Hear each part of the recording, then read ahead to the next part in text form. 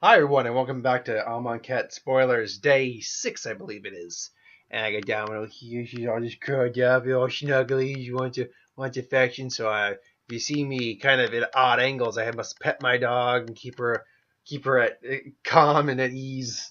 But we have our third god, the white god. We have a mythic rare Naga, a mummy Hydra snake, and tons more to go over. So we'll start with Vizier of the Menagerie. Mythic Rare Naga Cleric, which is awesome. Just because the snake person, and we get a Mythic Rare of that, so that's pretty freaking cool. It's a 3/4 for 3 of any color, 1 green. 4 altogether, converting mana cost. You may look at the top card of your library. You may cast the top card of your library if it's a creature card. And you may spend any mana, you may spend mana as though it is any, if it were mana of any type to cast creature spells. This is extreme. I really dig this card. One of the artwork's just lovely. You get that cobra with cobra-headed Naga with all the okay. You got that cobra-headed Naga with like all the other animals. You got that what looks like a harpy eagle, antelope, lion, all that. But the actual card itself is extreme. This is the card that you can splash into any colored deck as long as you're splashing green. Because once this card's out in the field, it doesn't matter what your land is. Your land is what you need it to be the minute this card enters the battlefield. And you pop up. It's extremely versatile in that sense. Now, that being said, excuse me 1 second, just adjusting. That being said, it does make it a bit of a target, because if that card's out on the battlefield and being able to look at your card, if that card's out on the battlefield and you're playing it, you're more or less not only able to play your creature cards off the top of your deck, but you're nothing over there, pop up. You're also getting a pseudo scry ability. There is someone smarter than me, any player smarter than me probably, which is a lot, can figure out a way to do a pseudo scry or make a scry with combination with, hey, I'm going to search to the top of my decks and then draw and then put on there's a way to do it. Either way, I really enjoyed this card. Then we move on to Oketra, the white god. 3 of any color, 1 white, so 4 altogether. A 3/6, indestructible with double strike. Now, double strike I did not see coming. I was expecting vigilance or lifelink, but double strike. Oketra cannot attack or block unless you control at least 3 other creatures. You may pay 3 of any color and 1 white, 4 altogether, to create a 1/1 white warrior creature token with vigilance. This is probably the card, the god I like the best, because its requirement, at least at face value, is the easiest to get off. Even if you're playing it in a slow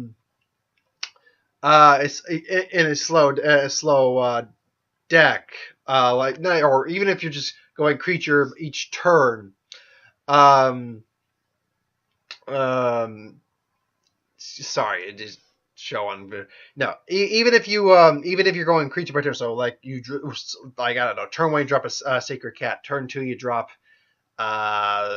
I don't have a two. Oh, that let's say that like that black-white mummy, jackal mummy thing, jackal zombie. Turn 3, drop a 3-drop, and turn 4 you drop this. On your turn 4, some of your creatures haven't died, including bomb creatures being a thing in this. Very important in bomb. This thing is already an actual creature that can attack and block on turn. On turn. Sorry again. Wow, I'm spacing out here. On turn 4, but I've already determined how you can just use this 1 turn earlier, and that is this. Turn 1 you sacred cat. Turn 2 you can play that channel something or other. The one that does the 3/3/1/1 counters. If you put it on itself and remove them when you tap it, you can add mana. Turn 2 you do that. Turn 3 bring this out on the field. Turn 4 cartouche, you're good to go.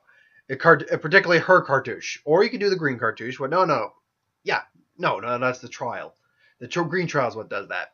But no, do the white cartouche and put it on this. You give it lifelink, you give it indestructible and double strike. Now it's a 4/7 lifelink indestructible double strike. and you have an extra warrior on the field. Plus, this makes warriors too, so it's one of the easiest ones to enable itself. Looking at what we have here, I don't know how the green one's going to work. I still think it's going to be based off power and toughness. But if we are looking at the white and black as a mirror, such as the blue and red one is, hence the blue one deals with more cards in your hand, while the red one deals with less cards in your hand. I'm going to guess then that the black one's going to deal with creatures on the opponent's side of the field or creatures on your side of the field, except lack thereof. Basically, because it's both the cartouche and the trial deal with either sacrificing an opponent's creature or putting a -1/-1 counter on an opponent's creature. I feel like that's going to be some sort of trigger for the black god. We'll have to wait and see for that. Liliana's Mastery. Enchantment. 2 black, 3 of any color, 5 altogether. Zombies you control get +1/+1. When enters the battlefield, create 2/2 black zombie creature tokens. It's a zombie anthem ability. It's expensive zombie anthem ability, but the reason for that is you're automatically getting 2 3/3s the minute this drops on the field. Yes, they're 2/2s, but they become 3/3s. So you're essentially getting 6 power between 2 bodies. That's value, especially if you're running a zombie deck, especially if you've got the embalm things going. It's value, absolutely. Then we have Censor, which is a 1 blue, 1 of any color, uncommon instant, counter target spell unless the controller plays 1, or you can cycle it for 1 blue. I like this card because early game it's going to be useful, but then late game it's still useful because whereas it might force your opponent to like maybe use up a land and stuff like that, instead of just maybe trying to go that route, you can just say, nope, screw it, I need a card, I'm going to draw something better. So I dig it. It's a good card. Then we have Never Return or Never to Return. Never is an anthem. It's an aftermath card. 2 black, 1 of any color. Destroy target creature or planeswalker. It's sorcery speed, but it's all right. The planeswalker one's probably the one you're actually going to. Well, the creature one's the one you're going to use more often. The planeswalker one, honestly, this could be a rare card on its own. Then we have 3 of any color, 1 black for return. Never to Return. Aftermath. Exile target creature card from a graveyard. Create a 2/2 black zombie creature token. I'm just not digging the Aftermath cards. I gotta be honest. I'm just not digging them that much. Also, this is just a pure black one, so I don't care that much about it. I don't know. It's not a terrible card. I can't say any of these are terrible. They're just. And I'll try maybe using them when I play the pre-release. But as it stands, I'm not really keen on them. Honored Hydra. Here's something I can get behind. Honored Hydra is a 6/6 Snake Hydra. 5 of any color, 1 green. So 6 mana altogether for a 6/6 with trample. Embalm for 3 of any color and 1 green. So 4 mana. That means you get playing a 6/6 or 6 trampler. It's all right. It's perfectly fine. Bread and butter kind of card. But if it dies, or if it's in your graveyard, you not only get to embalm it, but you embalm it for cheaper. I'm guessing that maybe it has something to do with the Hydra, and I've seen the token for it too. It's a great token. Apparently this one's more Cobra designed. But it's got a lot of potential to it. Is the beautiful thing, and you get a Snake Hydra zombie mummy. Basically. Moving on, we have Pull from Tomorrow. 2 blue X. Draw X cards and then discard a card. This card goes well with the blue god. You can draw, especially if it's late in the game, you can tap it for, I don't know, let's say 6. So you'll tap for the 2 blue and then a 4. You'll draw the 4 cards and then discard 1, you'll still get 3 cards. So right there, it's a pretty good card. It's no Sphinx's Revelation, but it's still it's still good. I dig it. I'd use it. Unburden. It's a target player discards 2 cards. It's essentially Mind Drop, but instead it's 2 black and 1 colors instead of 1 black and 2 black and 1 of any color instead of 1 black and 2 of any color. But it has cycle 2, which can make it a lot more versatile. But overall, it's an okay card. It's nothing amazing. Then we have Neheb the Worthy. 1 black, 1 red, 1 of any color. 2/2 Minotaur Warrior legendary creature. First strike. Other Minotaurs you control have first strike. As long as you have 1 or fewer cards in your hand, Minotaurs you control get +2/+0. And whenever this card deals combat damage to a player, each player discards a card. Now, it's in terms of in terms of Minotaur Tribal, which I had a Minotaur deck. I could always rebuild it. Even in terms of that, I don't dig on it that much. I mean, yes, giving other Minotaurs first strike is great, and it does have the whole clause of if you have 1 or fewer cards, but that's a very situational effect. The first strike's pretty much all you're going to use this thing for with your Minotaurs if you've got a Minotaur deck. I don't really want to pull. I mean, no, I would. Well, I wouldn't be opposed to this in like the pre-release or like a limited game, but it's only really good in a Minotaur deck and in a Minotaur deck that is basically causing you to get rid of your hand. So I don't know. It's tough to really judge it.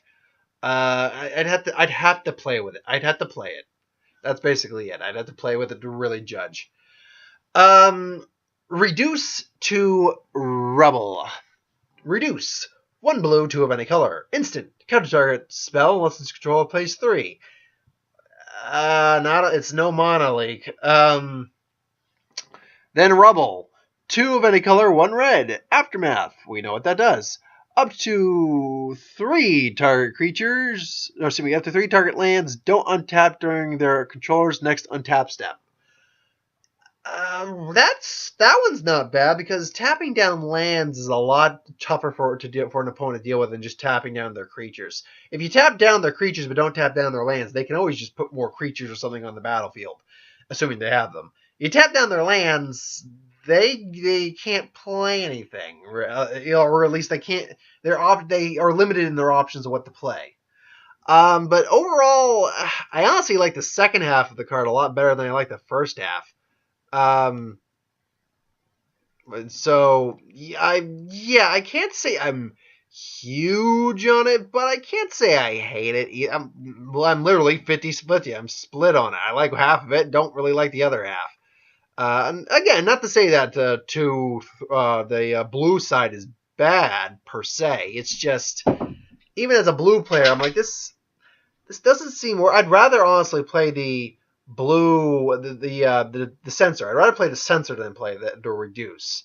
But if I'm in red blue, I'd probably use this. And last but not least, a recent card that got spoiled about 3 hours ago, according to MTG Salvation, Doomed Dissenter. 1/1 for 1 black, 1 of any color. Human. When Doomed Dissenter dies, create a 2/2 black zombie creature token. It's honestly, actually, this works really well with like the green card or the crocodile that like the 4/4 that puts the -3/-3 or -1/-1 counters on creatures, or the crocodile does that, or the other 3/4 mana dork. This card works really well because then you kill it, or you kill an bomb creature, works just as well. Kill this, and then you bring back basically put a 2/2 zombie on the field. So zombies are apparently a big thing in this set, but not in the same way that they were in Innistrad, which I like. They're able to give zombies a different feel, which I'm really digging. I'm loving the flavor out of this set. The flavor is just home run. Overall, though, yeah, some good cards. Some cards I'll admit I'm not particularly fond of, but you're not going to love every card. Anyway, though, thanks for watching. Hope you enjoyed. Like, comment, share, subscribe. As always, if you want us to review something, put in the comments below. Let us know. We'll do a review of it at some point. If you have an idea for who would win, Star Wars, superhero magic, anything I do in the channel, put it in the comments below. Let me know. I'll do it at some point.